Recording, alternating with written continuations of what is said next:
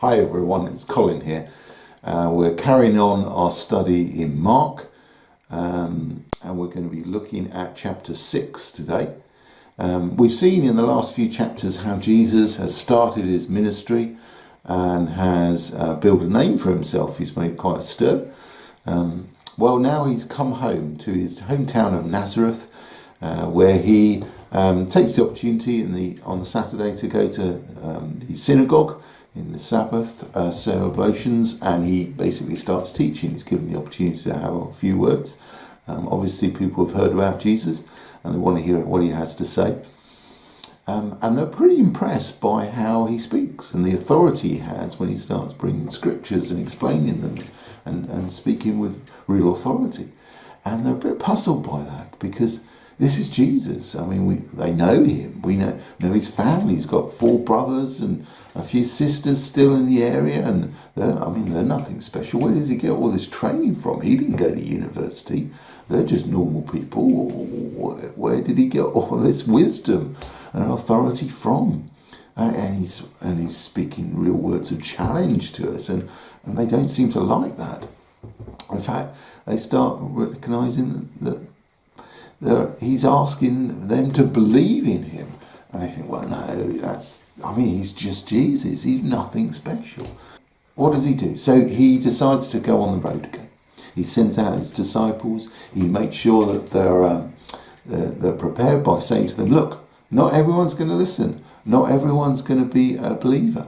You've just got to shake the dust off your feet and move on to the next town, because opposition is going to come your way. Doubters are going to come your way.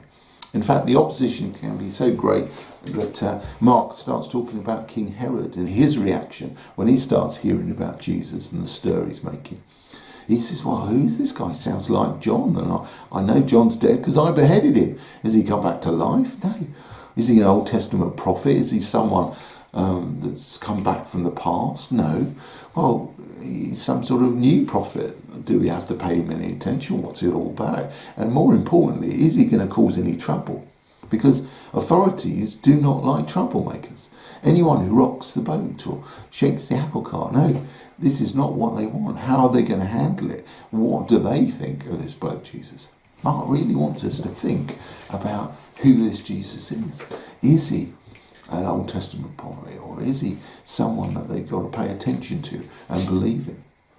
Anyway, Jesus' popularity carries on growing, so much so that wherever he goes, he's followed by crowds and crowds of people.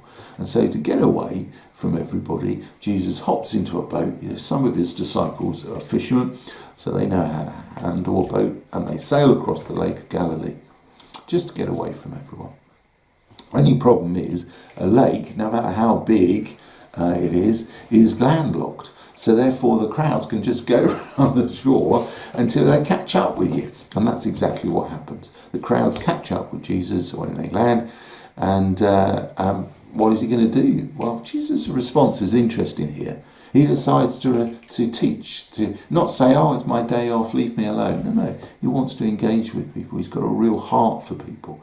And so he spends time teaching them about the kingdom, about who he is and what it's like. And then he realises that people actually have some physical needs as well. They need to eat. They followed him out here in the middle of nowhere, and there's no shops, there's no provisions. What are they going to do? If you didn't bring something, you're going to get hungry. So he asks his disciples, what have we got in stock? And they say, no, barely anything. We've got 5 loaves and a couple of fish. We're not going to be able to feed this. There's 5,000 plus people here. What are we going to do? So Jesus said, no, we can handle that. We can work with that. So he prays and he starts dishing out bread and dishing out the fish, and it just keeps coming and coming and coming and coming. And so 5,000 men and all their families get fed.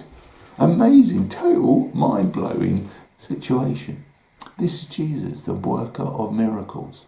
Anyway, eventually he dismisses the people, and is tired and exhausted, and so he says to the disciples, you go out from the boat and I'm going to spend some time in prayer in the hills. And so Jesus recharges his batteries by reconnecting with his Father. Well, the night comes and the disciples are out on the water, and a storm starts brewing up. And this causes the disciples real problems. I mean, they're pretty handy at handling a boat, but even they are struggling with the wind and waves. In the middle of the night, Jesus starts to follow them. Now, that doesn't mean he starts following them around the lake on the land. No, this is Jesus we're talking about. He starts walking towards them across the water. Whoa, that's amazing. And the disciples freak out at this. And eventually Jesus jumps in the boat and says, calm down. And he calms the storm with just a word. And their minds are blown by the situation. I mean, who is this bloke? Even the wind and the waves obey him. Who is this bloke that can transform 5 loaves and 2 fishes into a banquet for everyone who has need? Thousands of people are fed. This guy is above nature. He is not just natural, he is supernatural. And that is what Mark is trying to get us to realise. Who is Jesus? He is someone with supernatural authority.